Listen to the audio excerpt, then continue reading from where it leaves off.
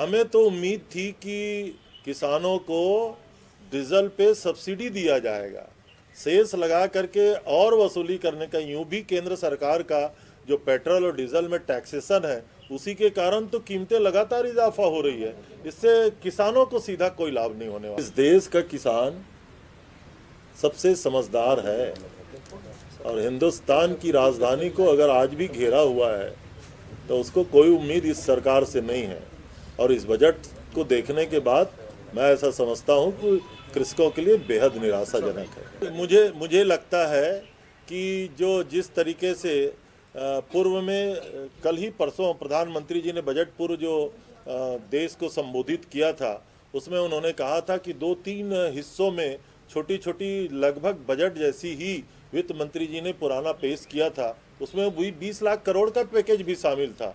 तो उससे 20 नए पैसे का लाभ इस देश की जनता को नहीं हुआ, तो इस बजट से क्या लाभ होने वाला है। और जिस क्षेत्र की बात कर रहे हैं, इंडस्ट्रियल ग्रोथ और एग्रीकल्चर ग्रोथ की आप बात कर रहे हैं, इस बजट से उस ग्रोथ की संभावनाओं में लगभग विराम सा लग गया है। कहीं पे भी नहीं लगता कि इंडस्ट्री सेक्टर को और एग्रीकल्चर सेक्टर को इस बजट से कोई सपोर्ट मिलने वाला है। 5 राज्यों पे फोकस किया गया है। मैंने पहले भी कहा, चुनावी राज्यों के नेशनल हाईवे पे, वहाँ के इंफ्रास्ट्रक्चर पे, वहाँ के डेवलपमेंट पे, वहाँ के पोर्ट पे, इवन जो फिशरी के सेक्टर में जो बनाने का बड़े बड़े ग्रोथ सेंटर बनाने की बात कही गई, वो भी उन्हीं राज्यों में कही गई है।